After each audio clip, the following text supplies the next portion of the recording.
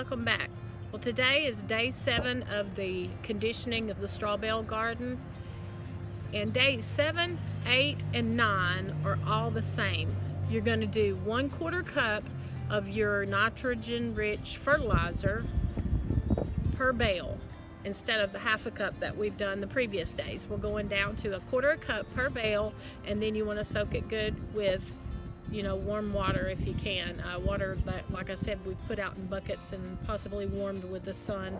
I have a spigot, outside spigot that has warm water, so if you have that, that's great too. But you want to make sure to apply 1/4 cup of the nitrogen rich fertilizer for days 7, 8, and 9 and soak the bales. We're not skipping a day this time in between.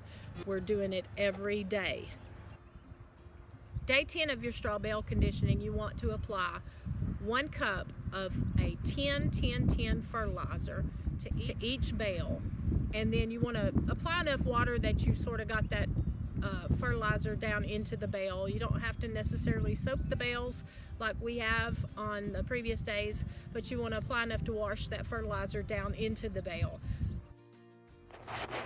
What you're going to have here are straw bales that are starting to compost or have already begun the composting process, and they are much warmer inside than your ground soil.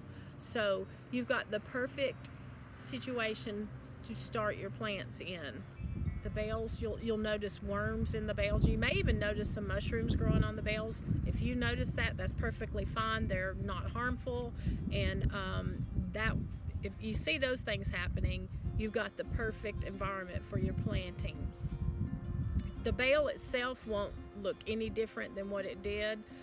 You won't notice visually the composting process, but it is happening. Your bales have started heating up, and you'll notice a smell. And I guess the smell, it's like an ammonia smell. If you're doing it right, you'll notice an odor coming from the bales. But don't worry about that. That means everything is fine. So, day 11.